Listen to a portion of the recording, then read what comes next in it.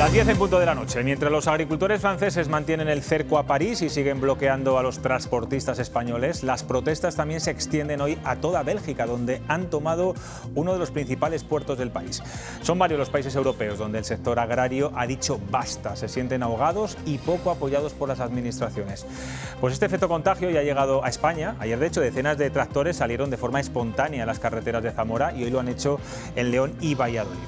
Asaja, COAG y UPA acordaron ayer poner en marcha un calendario de movilizaciones por todas las comunidades autónomas durante las próximas semanas para reclamar un plan de choque que recoja medidas a nivel europeo, nacional y de las propias comunidades.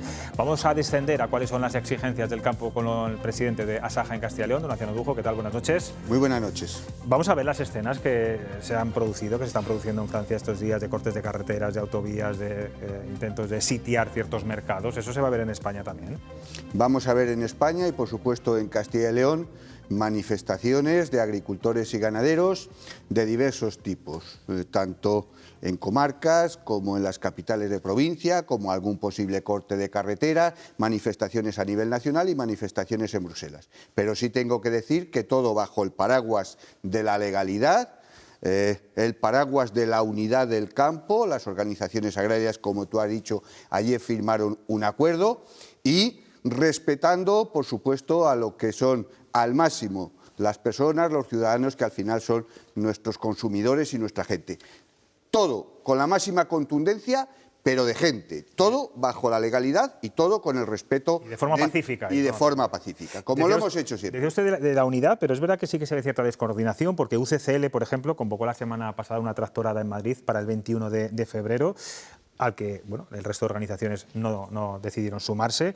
Hay otros movimientos que estamos viendo en las últimas horas, desconocidos, que no tienen el amparo de un sindicato, que dicen que son ganaderos y gente del mundo de la agricultura, que también están convocando concentraciones, tractoradas, una a partir del 6 de febrero. ¿Esta falta de unidad puede desmerecer toda la reivindicación? Vamos a ver. Lo primero, desde Asaja, y yo como presidente respeto a todos los agricultores y ganaderos en las decisiones que tomen de movilizarse tantos días quieran y con quien corresponda o con quien quiera.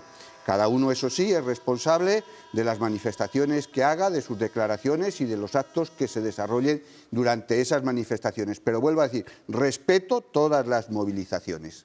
Contra más nos movamos, más fuerza haremos, más ruido haremos.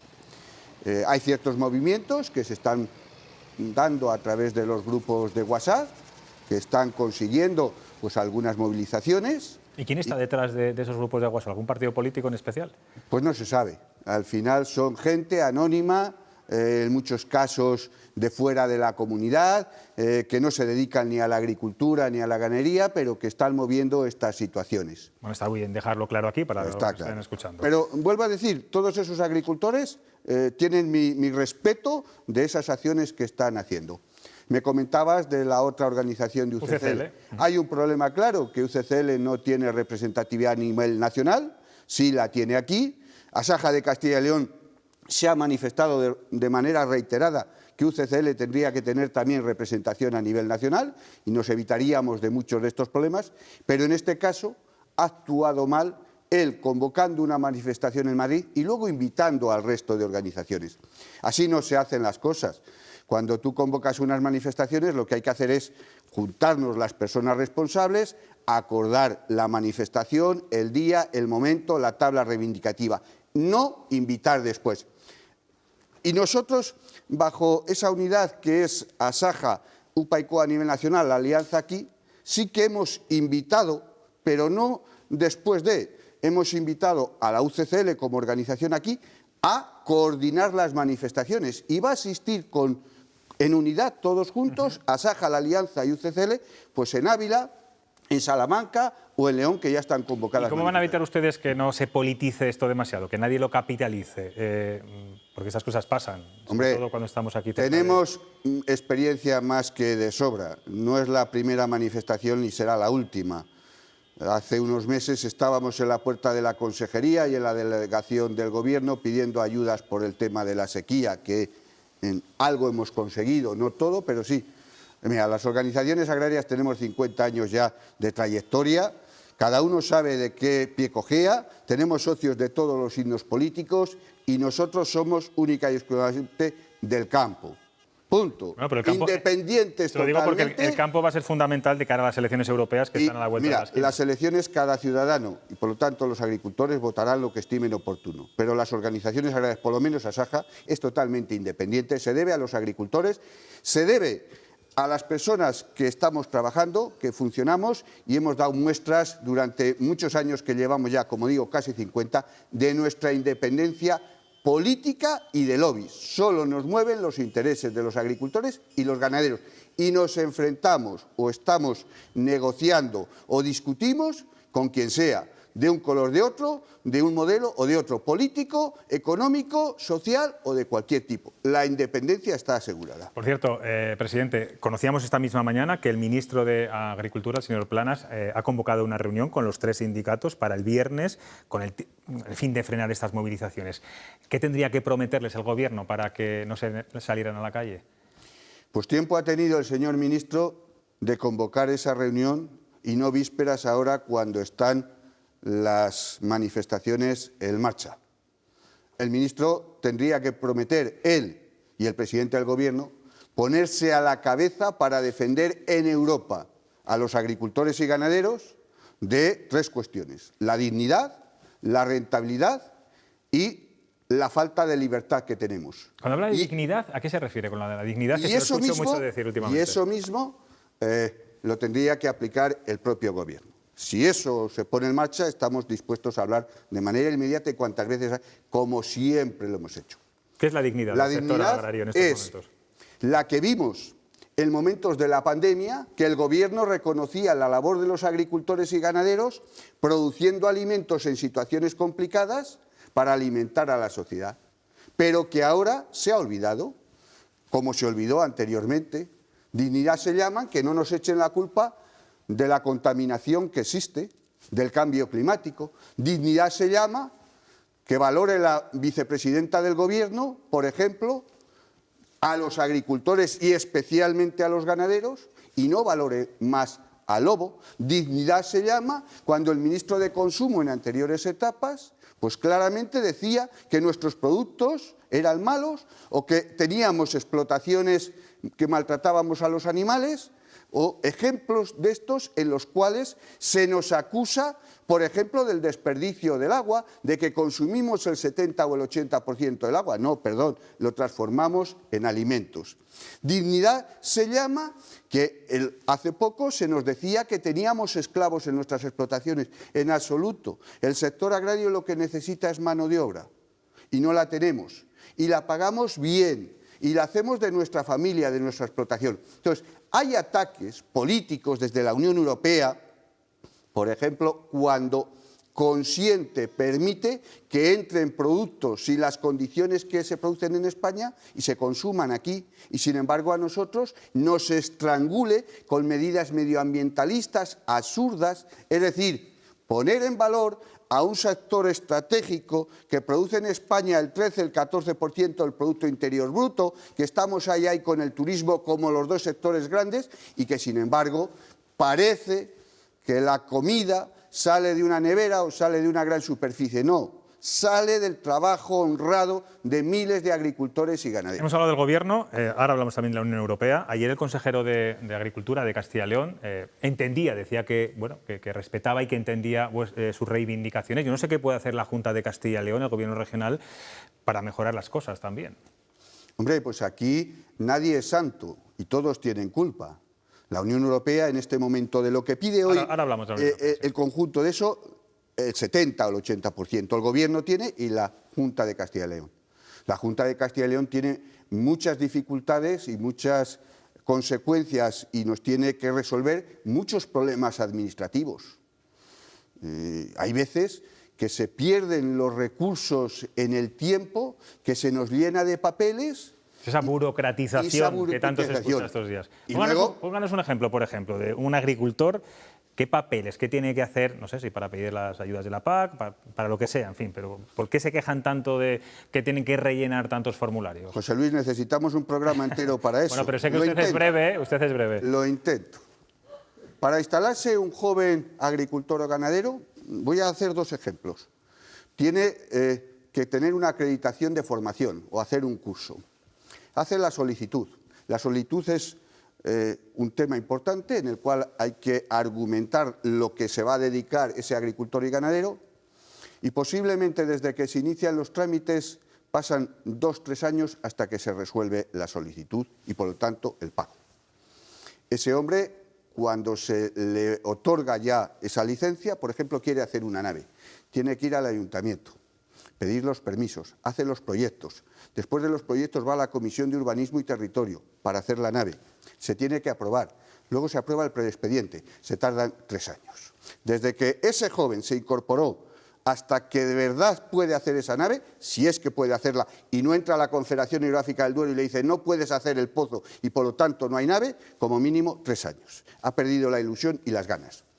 Mañana se inicia el periodo de la paz. 1 de febrero hasta 30 de abril. Voy a empezar, que es decir, para cobrar en un secano 110 euros por hectárea aproximadamente, que no piense nadie que cobramos miles y miles, 110 euros por hectárea, 4 pagos. Pago base, pago redistributivo, pago joven, ecoregímenes. Y si eres joven, uno más. 5 complementaciones hay que hacer, cada una con más requisitos. Medidas tan absurdas como, en terrenos muy productivos, obligatorio dejar el 4%. Sin embargo, en otros que no producen, no puedes pasarte del 20%. Es absurdo. Sí. Un ganadero, por ejemplo, que tiene 20 hectáreas de maíz y que las utiliza para hacer su alimentación para la ganadería, tiene que dejar un 4% de esas 20 hectáreas, pero además hay otro condicionante. Con carácter retroactivo desde el 21, tiene que rotar todas las fincas. Por lo tanto, tendría que sembrar otro cultivo. Si él lo que quiere es hacer silo para su ganadería, o en los páramos de León, que es el monocultivo, el maíz, pues eso. Otro ejemplo le pondría. Vamos a adelantar, señor Dujo, porque quiero preguntarle muchas cosas, pero bueno, yo creo que ha quedado perfectamente claro esa burocratización de la que tanto se quejan últimamente, que imagino que ahí las asesorías de los sindicatos agrarios les ayudarán bastante. Vamos a hablar de Europa, porque otra de las quejas son las políticas medioambientales que se imponen a los agricultores, esa PAC verde, esa sostenibilidad constante. Es algo que todos tenemos que concienciarnos, y ayer lo decíamos en la tertulia, cada uno de nuestras parcelas lo estamos haciendo. ¿Cómo se puede conseguir de alguna forma esa cohesión entre la sostenibilidad ambiental y productiva? Y yo no sé si el error de la Unión Europea es que ha faltado un periodo de transición un poquito más largo. Europa no es solo en el mundo, Europa es un continente por el camino que lleva cada vez más envejecido, menos productivo y más despoblado. ¿Y por qué? Pues porque está haciendo a los sectores productivos, y es al que me refiero, al nuestro, cada vez medidas más restrictivas a la hora de producir, que eso lleva en el camino de la despoblación, la pérdida de producción y el desinterés por producir. Y más caras, entiendo también. Y más caras. Europa crea una política que quiere ser el salvador del mundo en el tema medioambiental, pero sin embargo no tiene ninguna potencia ni hace nada porque países terceros hagan esa misma política o aquello que producen venga a Europa en condiciones que ella exige. Voy a poner 2 ejemplos que nos están haciendo tremendamente un montón de daño ahora en este momento. Marruecos. Marruecos está, con dinero de la Unión Europea, modernizando y haciendo una agricultura del siglo XXI.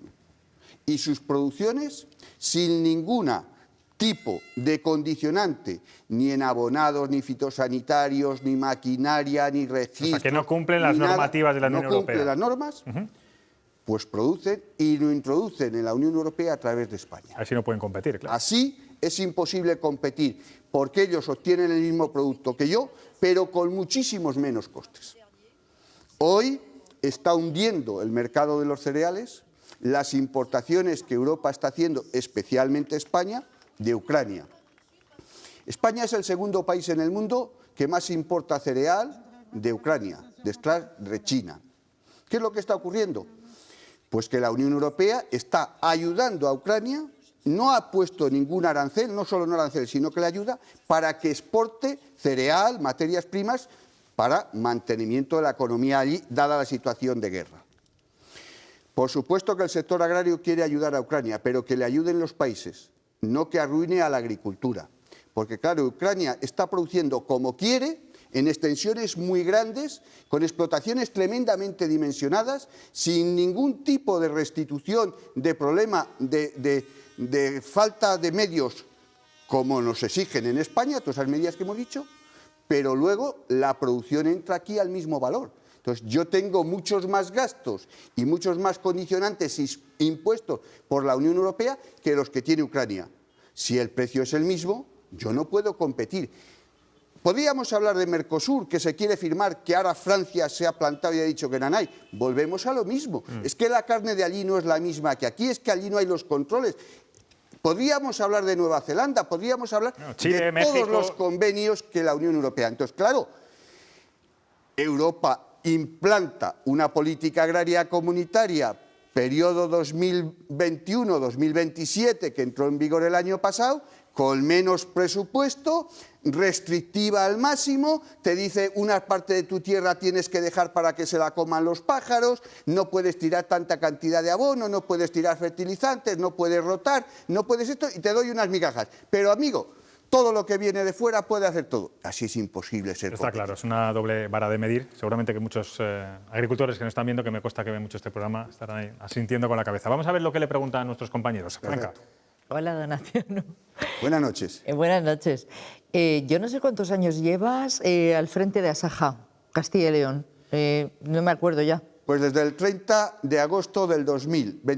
Voy a hacer este año 24. Vale, en estos 24 años ha habido un entente bastante cordial entre las organizaciones agrarias en la comunidad. Habéis normalmente tirado en el mismo sentido, ¿no? Siempre de parte de los agricultores y ganaderos de la comunidad.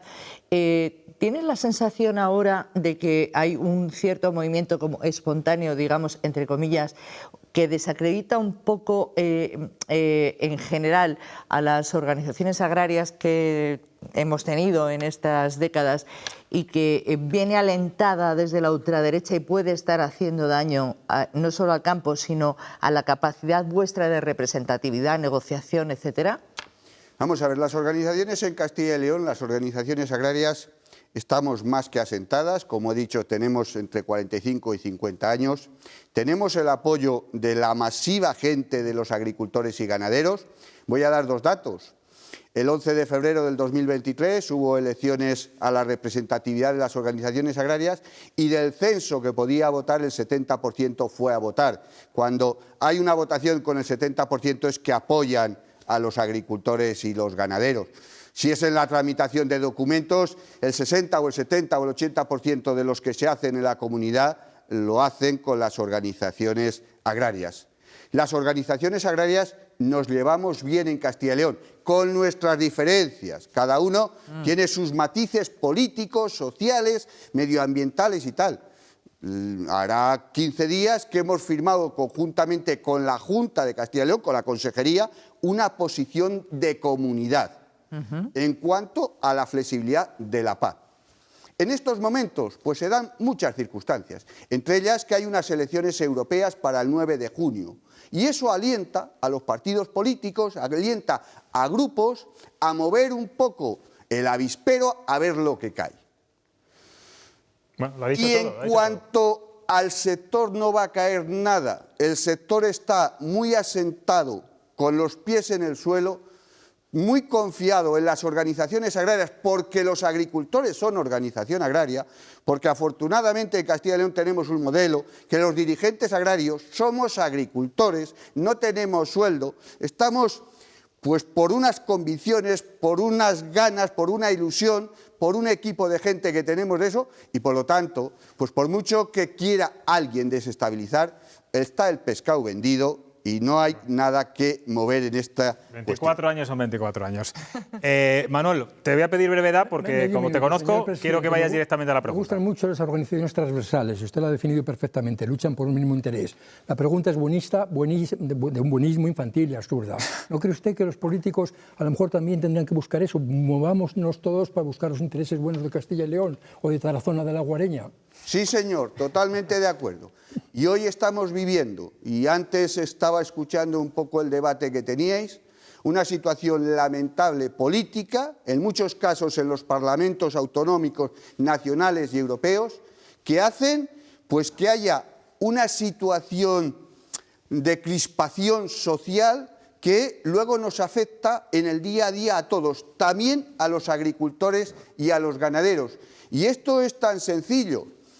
Yo he dicho muchas veces que cuando echamos la culpa a la Unión Europea parece que echamos la culpa a un ente en Bruselas que es los comisarios y un parlamento. No, la Unión Europea son 27 países y son los gobiernos de los 27 países. Por lo tanto, dentro de esa política y dentro de eso, las dificultades de todo lo que estamos hablando lo tiene la Unión Europea, pero conformada por los gobiernos de los Estados. Y los gobiernos de los Estados también conformados por los congresos, por los parlamentos y por los gobiernos autonómicos. Hoy, bajo mi punto de vista, la política tenía que dejar sus dificultades, adversidades y unirse mucho más por la defensa de lo que los ciudadanos quieren. Y parece que en muchos casos lo que están es defendiendo sus intereses. Laura. Buenas noches, presidente. Buenas noches. Hemos hablado del ambiente de crispación político que también bueno, pues, lo estamos viviendo en muchos sectores.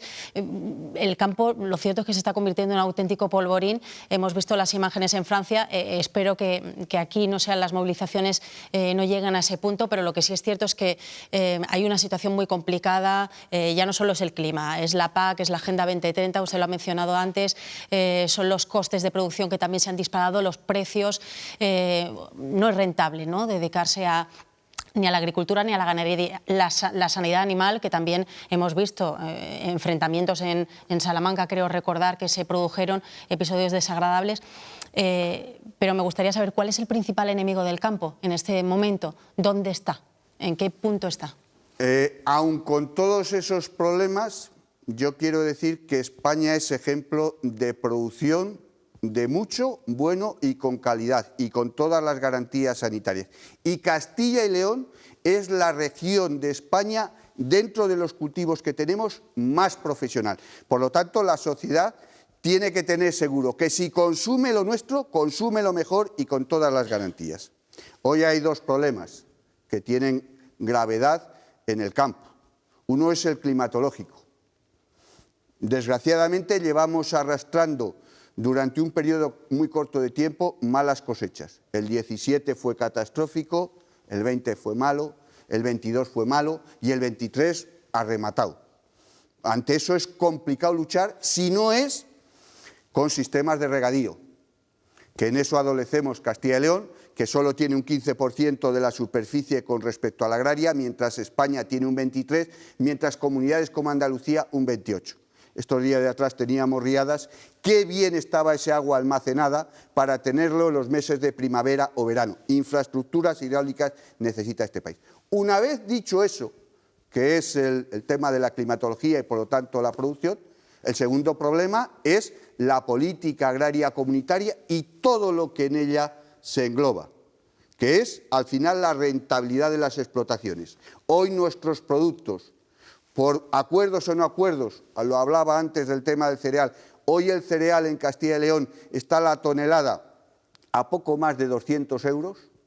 Va a ser imposible, si ese precio siga, que tengamos buen año económico, porque hemos hecho una sementera carísima. Una tierra de secano puede estar entre 700 y 800 euros el coste y necesitaríamos ya esos precios, 3.500 o 4.000 kilos, solo para cubrir costes. Entonces, el principal problema es que lo nuestro vale muy poco, sin embargo, los costes de producción se han disparado. Señor Ordujo, tenemos que terminar porque vamos muy mal de tiempo. Quiero que nos diga alguna fecha de esas movilizaciones. Creo que ya tienen algunas provincias, en algunas capitales de provincia. ¿Cuál sería la primera ciudad que llevarían esas tractoradas? Bueno, pues en Castilla y León, que siempre, como he dicho, somos los más profesionales, los que más tenemos que perder o los más que más tenemos que defender. Vamos por delante de España en esta cuestión. Y ya tenemos en Castilla y León, en unidad de acción, como he dicho, sí, todas las organizaciones agrarias, también UCCL, las tres, ASAJA, la Alianza, UPACOA y UCCL, tenemos manifestaciones el día 8 en Ávila, de febrero, sí, el día 8 también en Salamanca, el día 9 en Zamora y Benavente, el día 14 en Palencia, el día 23 en León. Y en las próximas semanas, pues las provincias que faltan, iremos poniendo calendario. Aparte de esto, está diseñado un programa para a mediados de febrero hacer en toda España un acto en las cabeceras de las regiones, a donde corresponda, toda España a la vez, en toda España. Y luego iremos de manifestación a Madrid y concluiremos en Bruselas, que hoy también están los países ya negociando qué fecha y qué día se puede ir, porque como dije al principio, 17 países de la Unión Europea tienen movilizaciones y todos por lo mismo. Podemos no compartir las formas, y quiero decir que las formas bélicas de Francia no las comparto, ni comparto y rechazo las mentiras que están diciendo sobre los productos españoles. La normativa francesa es igual que la española, es la europea. Si ellos han puesto algún condicionante más, como puso la ministra Rivera aquí al condicionante del lobo de no poderle cazar, es problema de ellos, no de los agricultores españoles. Tenemos que marchar. Gracias de verdad por estar aquí en Cuestión de Prioridades de nuevo y bueno, buena lucha en estas próximas semanas. Pues muchas gracias y me vas a permitir que dé un saludo y anime a todos los agricultores y ganaderos de Castilla y León a movilizarse por el campo, por la rentabilidad, por la dignidad y por la libertad de este sector. Y yo añado pacíficamente, que eso es importante.